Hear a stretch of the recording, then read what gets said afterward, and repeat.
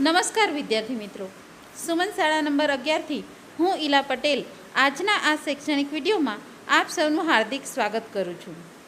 વિદ્યાર્થી મિત્રો, આજે આપણે વિચાર વિસ્તાર વિશે શીખીશું. તમે અગાઉના ધોરણમાં વિચાર વિસ્તાર શીખીને જ આવ્યા છો. વિચાર વિસ્તાર એટલે આપેલી કાવ્ય પંક્તિ અથવા તો વિચારનો વિસ્તાર કરવો, એટલે કે તેનો વિસ્તૃત અર્થ સમજાવવો. કાવ્ય પંક્તિને ઉદાહરણો કે કોઈ રૂઢિપ્રયોગ, કહેવતો વગેરે દ્વારા વિચારને વધુ સ્પષ્ટ કરવાની પ્રક્રિયા એટલે વિચાર વિસ્તાર. વિચાર વિસ્તાર કરતી વખતે કેટલીક બાબતો ધ્યાનમાં રાખવાની હોય છે. જેમ કે વિચાર વિસ્તાર કરવા માટે આપેલી કાવ્ય પંક્તિ સૌપ્રથમ ધ્યાનપૂર્વક વાંચવી જોઈએ અને ત્યારબાદ તેનો અર્થ સમજવાનો પ્રયત્ન આપણે કરવો જોઈએ. અર્થને યોગ્ય રીતે અને બરાબર સમજવો જોઈએ. ત્યારબાદ કાવ્ય પંક્તિ સંદર્ભે જરૂરી મુદ્દાઓ નક્કી કરી તેનો 8-10 લીટીમાં વિસ્તાર કરવો જોઈએ. વિસ્તાર કરતી વખતે કાવ્ય પંક્તિને અનુરૂપ ઉદાહરણો, કહેવતો કે બીજી કોઈ કાવ્ય પંક્તિનો ઉલ્લેખ અંદર આપણે કરવો જોઈએ. જ્યારે વિચાર વિસ્તાર કરીએ ત્યારે ખાસ ધ્યાન રાખવું કે બિનજરૂરી લંબાણ કે બિનજરૂરી વિગતોને આપણે લેવાની નથી. લખાણની ભાષા શુદ્ધ અને સરળ રાખવી જોઈએ.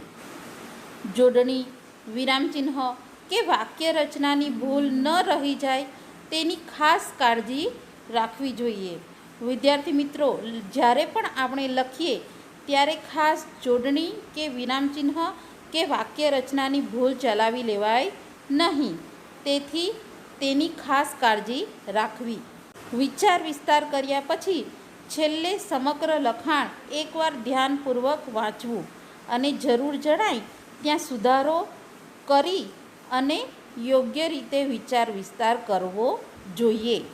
આપણે એક ઉદાહરણના માધ્યમથી સમજીએ, તેથી તમને વધુ ખ્યાલ આવશે. વિચાર વિસ્તાર. આચાર એ જ પ્રચારનું શ્રેષ્ઠ માધ્યમ છે. અહીં સૌપ્રથમ આપણે કાવ્ય પંક્તિ વાંચી અને તેને સમજવાનો પ્રયત્ન કરવો જોઈએ. આચાર એટલે વર્તન વ્યવહાર. તમારો વર્તન વ્યવહાર એ જ તમારું વ્યક્તિત્વ અને તમારા વિચારોને રજૂ કરે છે. તેથી કોઈને ઉપદેશ આપતા પહેલાં આપણે તે ગુણોને આચરણમાં મૂકવા જોઈએ. તો સૌપ્રથમ આપણે કાવ્ય પંક્તિનો અર્થ લખવો પડશે. તો અહીં આચાર એ પ્રચારનું માધ્યમ છે. આ કાવ્ય પંક્તિનો અર્થ થાય છે કોઈ પણ ઉપદેશ તેના આચરણ વિના અસર કરતો નથી. તેની વિસ્તૃત સમજ આપવી પડશે. વિસ્તૃત સમજ. ઉપદેશ આપવો સહેલો છે, પરંતુ તે ઉપદેશમાં રહેલા ગુણો જીવનમાં કેળવવા મુશ્કેલ છે. તેથી કોઈ પણ બાબત પહેલાં આચરણમાં મૂકવી જોઈએ અને ત્યારબાદ જ બીજાને ઉપદેશ આપવો જોઈએ. ઉદાહરણ તરીકે આપણે જોઈએ તો દરરોજ મોડા ઉઠનાર વ્યક્તિ બીજાને વહેલા ઉઠવાનો બોધ આપશે તો તેની ધારી અસર થશે નહીં. મહાત્મા ગાંધીજી વિશે પણ આપણે જાણીએ છીએ કે બાળકને ઉપદેશ આપતા પહેલાં તેમણે પોતે ગોળ ખાવાનું છોડી દીધું હતું. આમ કોઈ પણ ઉપદેશ આપતા પહેલાં આપણે જીવનમાં તેનું પાલન કરવું જોઈએ. ડાહી સાસરે ન જાય અને ગાંડીને શિખામણ આપે. આ કહેવત પણ આચરણનું જ મહત્ત્વ દર્શાવે છે. આ કાવ્ય પંક્તિ પરથી આપણને બોધ મળે છે કે આપણે સારી બાબતો આચરણમાં મૂકવી જોઈએ અને આપણે આચરણમાં જો સારી બાબતો મૂકશું તો કોઈને ઉપદેશ આપવાની જરૂર રહેશે નહીં. આપણા સંપર્કમાં આવતા લોકો આપણું અનુકરણ કરતા થશે અને સારી બાબતો આપોઆપ શીખી જશે. અન્ય એક વિચાર વિસ્તાર આપણે જોઈએ. ચડે પડે જીભ વડે જ માનવી. ચડે એટલે કે પ્રગતિ અને પડે એટલે કે તેની અધોગતિ. માનવીની પ્રગતિ કે તેનો અધોગતિનો આધાર તેની જીભ એટલે કે જીભ દ્વારા નીકળતી વાણી પર તેની પ્રગતિ કે અધોગતિનો આધાર રહેલો હોય છે. આપણે વિસ્તૃત સમજ જોઈએ. આ પંક્તિમાં આપણે સમજી શકીએ કે વાણીનું મહત્ત્વ સમજાવવામાં આવ્યું છે. મનુષ્ય અન્ય પ્રાણીઓથી તેની વાણીના કારણે જ અલગ પડે છે. વાણી એ ઈશ્વરે આપેલું શ્રેષ્ઠ વરદાન છે. તેથી આપણે વાણીનો વિવેકપૂર્વક ઉપયોગ કરવો જોઈએ. કેટલાક લોકો અન્ય વ્યક્તિને ઠેસ પહોંચાડવા માટે વાણી એટલે કે અપશબ્દો બોલતા હોય છે, પરંતુ આપણે તેમ ન કરવું જોઈએ, કારણ કે બાણમાંથી છૂટેલું તીર અને શરીરમાંથી નીકળેલા પ્રાણ ક્યારેય પાછા આવતા નથી. એવી જ રીતે મોઢામાંથી નીકળેલા શબ્દો પણ ક્યારેય પાછા આવી શકતા નથી. માટે આપણે વિચારીને બોલવું જોઈએ. મીઠા બોલ સૌને ગમે છે. વ્યક્તિ ગમે તે સ્થાને હોય, તેની ઉંમર ગમે તે હોય, પરંતુ દરેક વ્યક્તિએ વિચારીને બોલવું જોઈએ, કારણ કે આપણા બોલ દ્વારા અન્યના હૃદયને ઠેસ પણ પહોંચી શકે છે. અને વળી તલવારના ઘા રૂઝાય છે, પરંતુ વાણીના ઘા એટલે કે વાણી દ્વારા અન્યના મનને પહોંચેલી ઠેસ ક્યારેય રૂઝાતી નથી. કાગડા અને કોયલના ઉદાહરણ દ્વારા પણ આપણે સમજી શકીએ કે કોયલ અને કાગડાનો રંગ સમાન છે, દેખાવ પણ સમાન છે. તેમ છતાં લોકો કોયલને ચાહે છે અને કાગડાને ધિક્કાર આપે છે, કારણ કે કાગડાનો કર્કશ અવાજ કોઈને ગમતો નથી. એથી ઉલટું કોયલની મીઠી વાણી સૌનું મન હરી લે છે. મનુષ્યનું પણ એવું જ છે. મીઠા બોલા મનુષ્ય સૌનો પ્રેમ જીતી લે છે અને જીવનમાં પ્રગતિ કરે છે. એથી ઉલટું જેના વચન કડવા છે, જે વ્યક્તિ શબ્દભાન વિના ગમે તેમ બોલે છે, તેની અધોગતિ નિશ્ચિત હોય છે. કબીરના દોહામાં પણ કહેવાયું છે, એસી બાની બોલીએ મન કા આપા ખોય,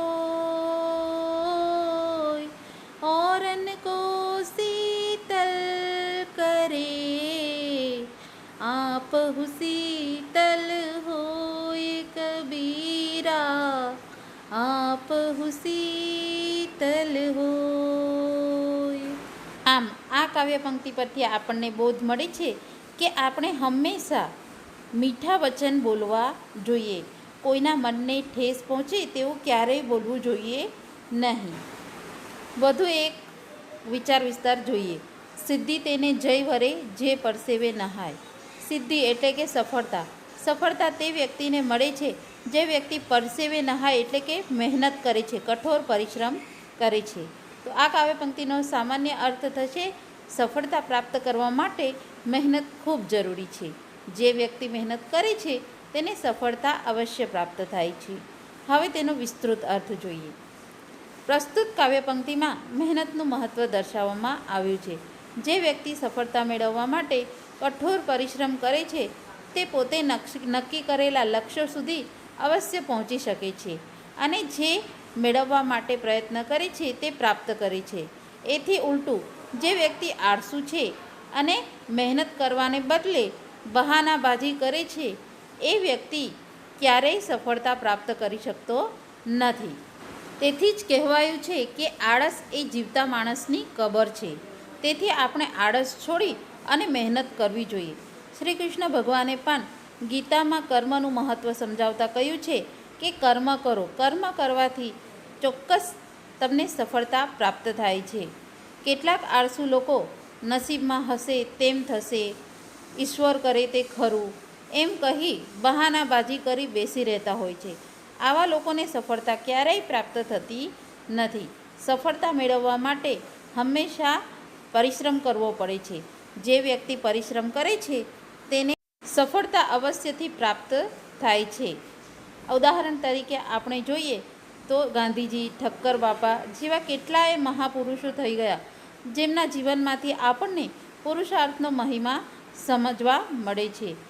કઠોર પરિશ્રમના સહારે જ આ મહાપુરુષોએ પોતાના જીવનમાં અશક્ય કાર્યોને શક્ય કરી બતાવ્યા. આ કાવ્ય પંક્તિ આપણને બોધ મળે છે કે કઠોર પરિશ્રમનો કોઈ વિકલ્પ નથી. તેથી બહાના કર્યા વગર જીવનમાં મહેનતનો ગુણ દરેક વ્યક્તિએ કેળવવો જોઈએ. વિદ્યાર્થી મિત્રો, આપણે 3 વિચાર વિસ્તાર જોયા. આશા છે તમે હવે કાવ્ય પંક્તિ પરથી વિચાર વિસ્તાર જાતે કરતા શીખ્યા હશો. અહીં એક કાવ્ય પંક્તિ આપવામાં આવી છે. આ કાવ્ય પંક્તિનો વિચાર વિસ્તાર તમારે સ્વાધ્યાયમાં જાતે કરવાનો રહેશે. સંદર્ભ તરીકે અહીં કેટલુંક લખાણ આપવામાં આવ્યું છે. આ લખાણનો તમે વિચાર વિસ્તાર કરતી વખતે ઉપયોગ કરી શકો છો, પરંતુ કોઈ પણ વિદ્યાર્થીએ સીધો ઉતારો કરવો નહીં. જાતે કાવ્ય પંક્તિનો વિચાર વિસ્તાર કરવા પ્રયત્ન કરવો. તમારી મૌલિકતા ખૂબ જ જરૂરી છે, તેથી જાતે વિચાર વિસ્તાર કરવો. ધન્યવાદ.